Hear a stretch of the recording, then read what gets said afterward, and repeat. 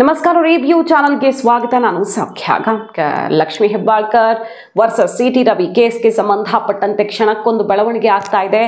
ಕೋರ್ಟ್ನ ಹೊರಗಡೆನೆ ಹೋರಾಟ ಭರ್ಜರಿಯಾಗಿ ನಡೀತಾನೆ ಇದೆ. ಈ ಕ್ಷಣಕ್ಕೂ ಕೂಡ ಯಾವ ಕಾರಣಕ್ಕೂ ಬೇಲ್ ಕೊಡಬಾರ್ದು, ಜೈಲಿಗೆ ಹೋಗಬೇಕು ಸಿಟಿ ರವಿ ಅಂತ 3 ಗಂಟೆಗೆ ಭವಿಷ್ಯ ನಿರ್ಧರಿಸಿದೆ ಕೋರ್ಟ್. ಸೊ ಆ ಕ್ಷಣಕ್ಕಾಗಿ ಕೌಂಟ್ ಡೌನ್ ಶುರುವಾಗಿದೆ. ಈಗ ಈ ಹೊತ್ತಲ್ಲಿ ಬಿಜೆಪಿಗರಿಗೆ ಸಿಕ್ಕಿರುವ ಅಸ್ತ್ರ ಏನು?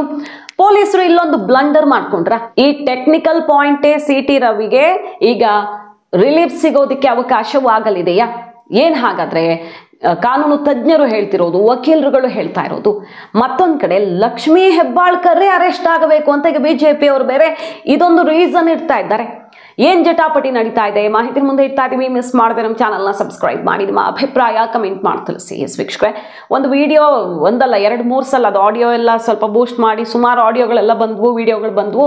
ಅದರಲ್ಲಿ ಏನು ಆರೋಪ ಇದೆಯೋ ಆ ಪದ ಕೇಳುತ್ತೆ, ಒಂದು ಕಡೆಯಿಂದ ಅಶ್ಲೀಲ ಪದ ಹೇಳಿದ್ ಕೇಳುತ್ತೆ. ಬಟ್ ಅದು ಯಾರು ಹೇಳಿದ್ದು, ಅದು ಕರೆಕ್ಟಾಗಿ ಅದೇ ಶಬ್ದನ ಸಿಟಿ ರವಿ ಅವರೇ ಹೇಳಿದ್ದ, ಲಕ್ಷ್ಮೀ ಹೆಬ್ಬಾಳ್ಕರ್ ಒಂದು ಶಬ್ದ ಹೇಳ್ತಾರೆ, ಅದೆಲ್ಲದರ ಬಗ್ಗೆ ಫಾರೆನ್ಸಿಕ್ ಎಕ್ಸ್ಪರ್ಟ್ಗಳು ರಿಪೋರ್ಟ್ ಕಳಿಸ್ತಾರ ಅಥವಾ ಯಾವ ರೀತಿ ಸಾಕ್ಷಿಯನ್ನ ಪತ್ತೆ ಹಚ್ತಾರೆ ನೋಡಬೇಕು, ಅದು ನಕಲಿನ ಅಸಲಿನ ಅನ್ನೋದ್ರ ಬಗ್ಗೆ ವಿಡಿಯೋ. ಯಾಕಂದ್ರೆ ಸಭಾಪತಿಗಳು ಯಾವುದೇ ವಿಡಿಯೋ ರೆಕಾರ್ಡ್ ಇಲ್ಲ, ಟಿವಿಗಳಲ್ಲೆಲ್ಲ ಒಂದು ಹೋಗ್ತಾ ಇದೆ ರೆಕಾರ್ಡು, ಬಟ್ ಸಭಾಪತಿಗಳು ಹೇಳ್ತಿರೋದು ಸದನದ ರೆಕಾರ್ಡ್ ಇಲ್ಲ, ವರ್ಡ್ ಇಲ್ಲ ಅಂತ.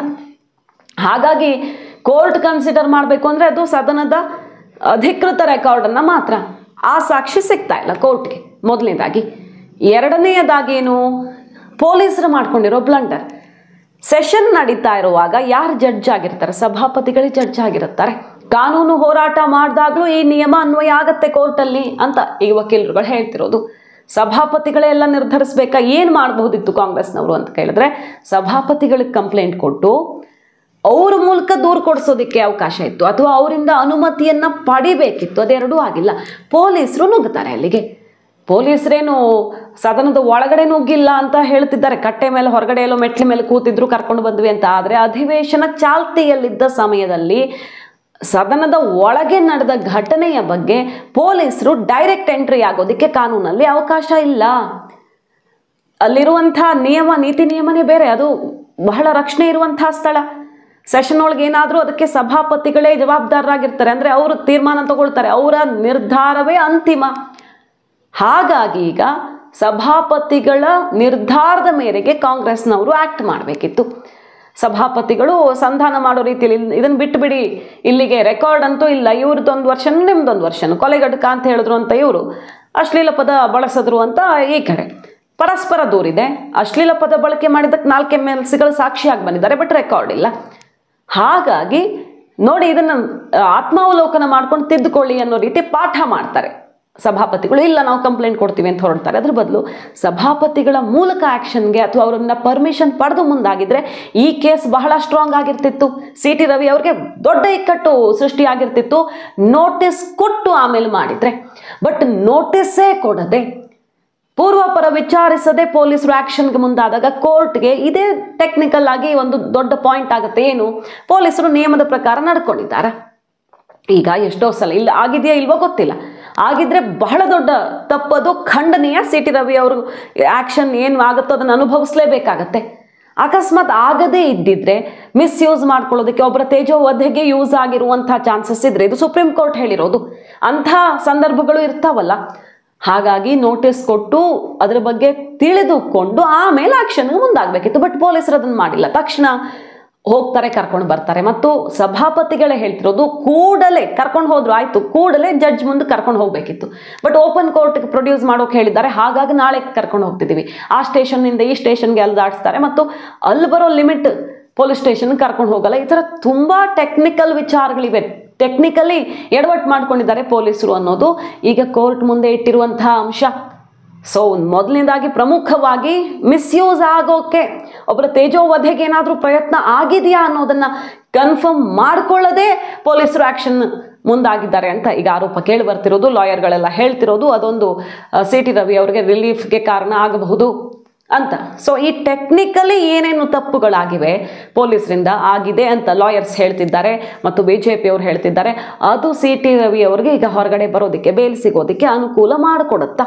ಅಕಸ್ಮಾತ್ ಈ ನಿಯಮಗಳನ್ನು ಫಾಲೋ ಮಾಡಿ ಈಗ ಪೊಲೀಸರು ಆಕ್ಷನ್ ತಗೊಂಡಿದ್ರು ಮಾತ್ರ ಸಿ ಟಿ ರವಿ ಅವ್ರಿಗೆ ಕಷ್ಟ ಇತ್ತು, ಬಹಳ ಕಷ್ಟ ಇತ್ತು ಇಂಥ ಕೇಸಲ್ಲಿ. ಸೊ ಕಾದ್ ನೋಡಬೇಕು, 3 ಗಂಟೆಗೆ ಭವಿಷ್ಯ ನಿರ್ಧಾರ ಆಗುತ್ತೆ. ಈಗ BJP ಅವ್ರು ಹೇಳ್ತಿರೋದು ನೋಡಿ ಏನಂತ, ಏನೇನು ತಪ್ಪುಗಳನ್ನು ಮಾಡಿದ್ದಾರೆ ಅನ್ನೋದ್ರ ಬಗ್ಗೆ. ಮತ್ತು ಜನಾರ್ದನ್ ರೆಡ್ಡಿ ಸೇರಿದಂತೆ ಸುಮಾರು ಜನ ಎಲ್ಲ ಲಕ್ಷ್ಮೀ ಹೆಬ್ಬಾಳ್ಕರ್ ಅವ್ರ ಮೇಲೆ ಯಾಕೆ ಕೇಸ್ ಹಾಕಿಲ್ಲ, ಕೊಲೆಗಡುಕ ಅಂತ ಹೇಳಿದಾರಲ್ಲ, ಹಂಗಾದ್ರೆ ಸಿ ಟಿ ರವಿ ಮೇಲೆ ಯಾವ ಕೊಲೆ ಕೇಸ್ ಇದೆ, ಯಾವ ಕೇಸ್ ಇದೆ? ಕೊಲೆಗಡುಕ ಅಂತ ಒಬ್ಬರನ್ನ ಕರೆಯೋದು ಪ್ರಚೋದನೆ ಅಲ್ವಾ ಅದು? ಅವ್ರ ಮೇಲೂ ಕೇಸ್ ಹಾಕಿ ಅವ್ರನ್ನ ಯಾಕೆ ಅರೆಸ್ಟ್ ಮಾಡಿಲ್ಲ? ಇವ್ರು ಪ್ರಚೋದನೆ ಕೊಟ್ಟಿದ್ದಾರೆ, ಅವ್ರು ಏನೋ ಪ್ರತಿಕ್ರಿಯೆ ಕೊಟ್ಟಿದ್ದಾರೆ ಅಂತ ಆಯ್ತಲ್ಲ, ಹಂಗಾದ್ರೆ ಏನ್ ಹೇಳಿದ್ದಾರೆ ಅನ್ನೋದು ನಿರ್ಧಾರ ಆಗ್ಲಿ. ಇವ್ರ ಮಾತನ್ನ ಯಾಕೆ ಸೀರಿಯಸ್ ಆಗಿ ತಗೊಳ್ತಿಲ್ಲ ಅನ್ನೋ ರೀತಿ ಮುಗಿ ಬೀಳ್ತಿದ್ದಾರೆ. ಮತ್ತು ಏನೇನ್ ತಪ್ಪುಗಳಾಗಿವೆ ಅನ್ನೋದನ್ನ BJP ಅವರು ವಾಗ್ದಾಳಿ ನಡೆಸ್ತಿರೋದು. ತಂದಿದ್ದಕ್ಕೆ ಏನ್ ಸಿ ಟಿ ರವಿ ಅವರು ಕೊಲೆ ಮಾಡಿದ್ದಾರೆ? ಸಿ ಟಿ ರವಿ ಅವರು ಏನಾದರೂ ಕೊಲೆಗಡಿಕರಂದ್ರೆ ಅವರೆಲ್ಲಾದರೂ ತಗೊಂಡೋಗಿ ರಿವಾಲ್ವರ್ಗಳು, ಚಾಕುಗಳು ತಗೊಂಡೋಗ್ಬಿಟ್ಟು ಯಾರನ್ನಾದರೂ ಕೊಲೆ ಮಾಡಿದ್ದು ದೃಶ್ಯಗಳೇನಾದರೂ ಇದ್ದರೆ ಇವತ್ತು ಲಕ್ಷ್ಮೀ ಹೆಬ್ಬಾಳ್ಕರ್ ಅವರಾಗಿರ್ಬೋದು ಯಾರಾದರೂ ಕೂಡ ಮಾಧ್ಯಮಗಳಿಗೆ ರಿಲೀಸ್ ಮಾಡಬೇಕು. ಕಾನೂನು ಪ್ರಕಾರ ಅವ್ರಿಗೆ ಅರೆಸ್ಟ್ ಮಾಡೋಕ್ಕೆ ಮುಂಚೆ ನೋಟಿಸ್ ಕೊಡಬೇಕು. ನೋಟಿಸ್ ಕೊಟ್ಟು ಅರೆಸ್ಟ್ ಮಾಡಬೇಕಾಯಿತು. ಅಲ್ಲಿ ವೈಲೇಷನ್ ಆಫ್ ದಿ ಲಾ. ಅದಾದಮೇಲೆ ಆ ಸ್ಟೇಷನ್ ಅಲ್ಲಿ ಸೌಧ ಬರ್ತದಲ್ಲ, ವಿಧಾನಸೌಧ, ಆ ಸ್ಟೇಷನ್ನಲ್ಲಿ ಎಲ್ಲಿ ಇನ್ಸಿಡೆಂಟ್ ಆಗಿದೆಯೋ ಅಲ್ಲಿ ಮಾಡಬೇಕಾಗಿತ್ತು. ಸಭಾಪತಿಗಳು ಕಂಪ್ಲೇಂಟ್ ಕೊಡಬೇಕಾಗಿತ್ತು. ಇಲ್ಲಿ ಸಭಾಪತಿಗಳು ಕಂಪ್ಲೇಂಟ್ ಕೊಟ್ಟಿಲ್ಲ, ಸಭಾಪತಿಗಳು ಯಾವುದೇ ಡೈರೆಕ್ಷನ್ ಕೊಟ್ಟಿಲ್ಲ. ಇದು ಪ್ಯೂರ್ಲಿ ವೈಲೇಷನ್.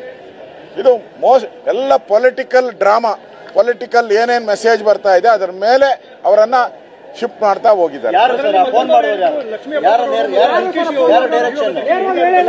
ಅವರು ಈಗ ಸ್ಟೇಟ್ಮೆಂಟ್ ಅಲ್ಲಿ ಹೇಳಿದ್ದಾರೆ ಸಿ ಟಿ ರವಿ ಅವರು, ನಮಗೆ DK ಶಿವಕುಮಾರ್ ಮತ್ತು ಲಕ್ಷ್ಮೀ ಹೆಬ್ಬಾಳ್ಕರ್ ಅವರು ವಿಧಾನಸೌಧ ಆ ಕಾರಿಡಾರ್ ಅಲ್ಲಿ ಅಂದ್ರೆ ವಿಧಾನಸೌಧ ವಿಧಾನ ಪರಿಷತ್ ಒಳಗಡೆನೆ ನಮಗೆ ಕೊಲೆ ಬೆದರಿಕೆ ಹಾಕಿದ್ದಾರೆ ಅನ್ನೋ ನೇರ ಆಪಾದನೆಯನ್ನ ಸಿ ಟಿ ರವಿ ಅವರು ಮಾಡಿದ್ದಾರೆ. ಆ ಸ್ಟೇಟ್ಮೆಂಟ್ ಅಲ್ಲೇ ರೆಕಾರ್ಡ್ ಆಗಿದೆ, ಈಗ ಕೋರ್ಟ್ ಅಲ್ಲಿ ರೆಕಾರ್ಡ್ ಆಗಿದೆ.